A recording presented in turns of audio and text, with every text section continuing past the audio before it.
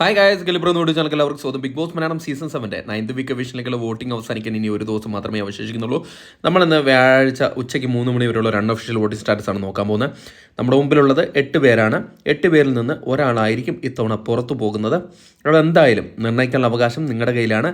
നിങ്ങൾക്ക് ഇഷ്ടപ്പെട്ട മത്സരാർത്ഥികൾക്ക് വേണ്ടി നിങ്ങൾ ഹോട്ട്സ്റ്റാറിൽ കയറി തന്നെ വോട്ട് ചെയ്യുക. എന്നാൽ മാത്രമേ ആ മത്സരാർത്ഥിക്ക് വോട്ട് ലഭിക്കത്തുള്ളൂ. അതോടൊപ്പം തന്നെ വരും മണിക്കൂറിലെ കൃത്യമായ വോട്ടിംഗ് വിവരങ്ങളും അൺഒഫീഷ്യലായിട്ടുള്ള എല്ലാ വോട്ടിംഗ് സ്റ്റാറ്റസുകളും അറിയാനായിട്ട് നമ്മുടെ ചാനൽ സന്ദർശിക്കുക. ചാനൽ സബ്സ്ക്രൈബ് ചെയ്യില്ലെങ്കിൽ ദയവേത് ചാനൽ സബ്സ്ക്രൈബ് ചെയ്യുക.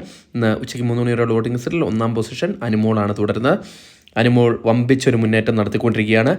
താൻ ടോപ്പ് 5-ൽ ഉണ്ടാകും എന്ന് ഉറക്കെ വിളിച്ചു പറയുന്ന രീതിയിലുള്ളൊരു വോട്ടിംഗ് പ്രകടനം. 47,800 വോട്ട് നേടി 1ാം പൊസിഷനിലാണ് തുടരുന്നത്. 2ാം പൊസിഷനിൽ ജിസേലാണ് തുടരുന്നത്. ജിസേലിൻ്റെ ഗ്രാഫ് നേരെ മുകളിലേക്ക് ഉയർന്നിരിക്കുകയാണ്. ഫാമിലി റൗണ്ട് കഴിഞ്ഞപ്പോൾ തന്നെ ജിസേലിന് നല്ലൊരു വോട്ടിംഗ് മുന്നേറ്റം ഉണ്ടാകാൻ സാധിച്ചിട്ടുണ്ട്. 33,100 വോട്ട് നേടി 2ാം പൊസിഷൻ തന്നെ നിലനിർത്താൻ ജിസേലിനെ കൊണ്ട് സാധിച്ചിട്ടുണ്ട്. 3ാം പൊസിഷനിൽ ലക്ഷ്മിയാണുള്ളത്. ലക്ഷ്മിക്ക് ചെറിയൊരു മുന്നേറ്റം ഇപ്പോൾ കണ്ടുവരുന്നുണ്ട്. ജിസേലിൻ്റെ തൊട്ട് പിന്നിലായി 29,058 വോട്ട് നേടി 3ാം പൊസിഷനിലാണ് നിലകൊള്ളുന്നത്. 4ാം പൊസിഷനിൽ ആദില കയറി വന്നിട്ടുണ്ട്. ഇതാദ്യമായിട്ടാണ് നൂറയെ അട്ടിമറിച്ചുകൊണ്ട് ആദില 4ാം പൊസിഷനിലേക്ക് കയറി വന്നിരിക്കുന്നത്. 29,101 വോട്ടാണ് ആദില കരസ്ഥമാക്കിയിരിക്കുന്നത്. 5ാം പൊസിഷനിലേക്ക് ഇതാദ്യമായി നൂറ തള്ളപ്പെട്ടിരിക്കുകയാണ്.